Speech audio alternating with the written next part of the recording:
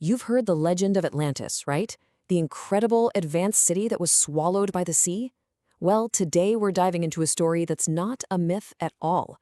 We're talking about a real, honest-to-goodness ancient city found lying just beneath the waves. So just imagine this for a second. What if a lost city, a place right out of the Age of Heroes, was just found? Not in some deep, dark abyss, but only 13 feet underwater, almost perfectly preserved.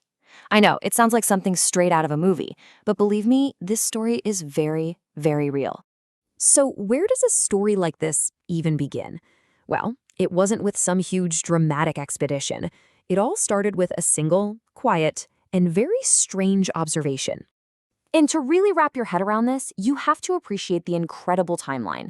We're talking about a bustling city thriving 5,500 years ago. Then, poof, it completely vanishes from history for 3,000 years. It's just gone. Until 1967, when one lone diver accidentally stumbles upon its ghost. It's an absolutely mind-bending journey through time. And that diver, his name was Nicholas Fleming, a maritime archaeologist. Picture it, it's 1967, and he's just doing a routine dive off the southern coast of Greece. Probably just another day at the office for him. He had absolutely no idea he was about to make the find of a lifetime. So there he is, just 13 feet down. I mean, that's barely deeper than the deep end of a public pool. And he sees these stones on the seabed, but they weren't just a random jumble of rocks. He could see patterns, straight lines, right angles, things that nature just doesn't really do. It looked deliberate. Fleming knew he had found something incredible, but for decades, that's all it was, a tantalizing clue. The full picture remained a total mystery. It turns out they needed a little help from the future, from modern technology, to finally pull back the curtain on this ancient secret. And the big game changer was a technology called sonar scanning.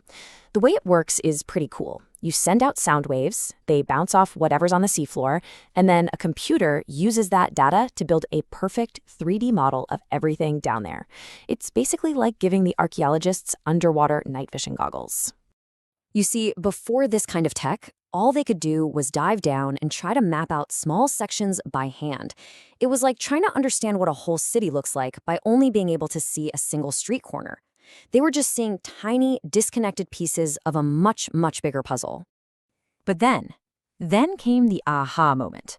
A team led by Dr. John Henderson fired up the sonar, and when they processed the data, wow, a complete city plan just appeared on their screen. They could see at least 15 separate buildings, a whole network of roads and courtyards, even what looked like big government buildings. The whole thing was massive, over 30,000 square meters. This wasn't just a few ruins anymore. It was an entire city. Okay, so they had the map. They knew what was there. But the next big questions were, who? Who were the people who lived here? And what was this place all about? It was time to finally uncover the identity of this lost Bronze Age city.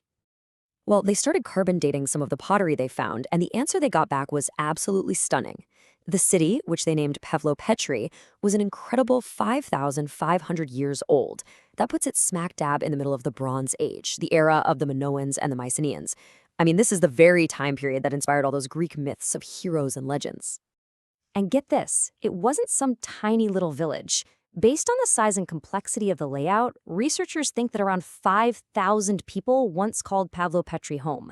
That's a real, living, breathing city full of families and merchants and craftspeople. So what did all those people do all day? Well, the artifacts they left behind tell the story. Archaeologists found thousands of these things called loom weights, which were used for weaving.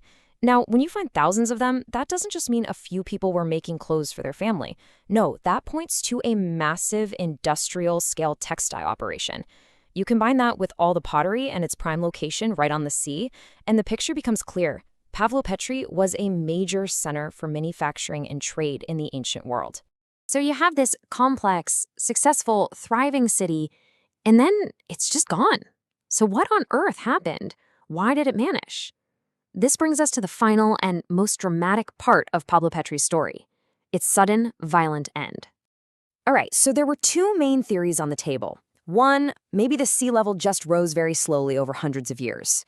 But that doesn't really fit the evidence. If you saw the ocean slowly creeping up your front steps, you'd pack up your valuable tools and move, right? But the site is littered with everyday stuff, just left where it fell. That points to something else entirely, a sudden catastrophe that gave nobody any time to escape. Yeah, the evidence is pretty overwhelming. It all points to a single, cataclysmic event. The leading theory is that the city was hit by a devastating earthquake. The ground itself just collapsed, plunging the entire city beneath the waves, possibly in the course of a single, terrifying day. A sophisticated city, a center of trade, vanishing beneath the waves in an instant. It all sounds pretty familiar, doesn't it? Which, of course, brings us to the ultimate question. Could Pavlo-Petri be the lost city of Atlantis? Well, as romantic as that idea is, the timeline just doesn't work. Plato, the guy who wrote about Atlantis, said it vanished about 11,000 years ago. Pavlo-Petri is only 5,500 years old. So, strictly speaking, no, this isn't the literal Atlantis that Plato described. But, and this is the most important takeaway, Pavlo-Petri proves that the core idea of the Atlantis legend is entirely possible. It's no longer just a myth. This underwater city is real-life physical proof that a sophisticated, advanced city really could be swallowed by the sea in an instant. And it just leaves you wondering, what other real-life legends are still out there, just waiting to be discovered?